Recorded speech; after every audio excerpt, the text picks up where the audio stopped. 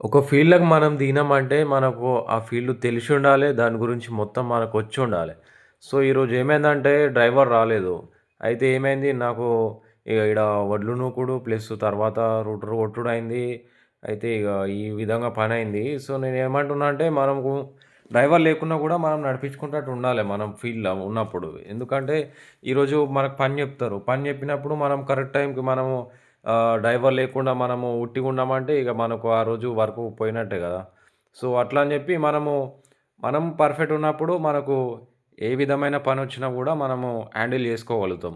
So, ఇట్లా జూడు friends ఇట్లా బండి పక్కకు పెట్టేసిన రూటర్ కొట్టి ఇట్లా వడ్లు నూకేసిన అయిపోయింది. సో, ఇగ బండి మన డోజర్ బండి ఇంటికాడ పెట్టేసి మళ్ళా బైక్ తీసుకొని చిన్న బండి తీసుకొని ఇంటికాడ పెట్టేసి సో, అట్లనే ఊర్లే మట్టి కొడతారంటే లోడింగ్ ఉందంటే ట్రాలీ తట్టించుకొని, ఈ బండి తీసుకొని లోడింగ్ పోయిన ఫ్రెండ్స్.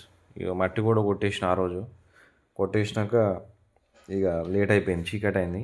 సో, 8, 9 అయింది ఇంటికి పోయేసరికి ఇగ. ఇగ ఇంతతోటి ఈరోజు వర్క్ కంప్లీట్ చేసుకున్నా ఇగ. మీరేమంటారో కామెంట్ చేయండి ఫ్రెండ్స్. Thank you all.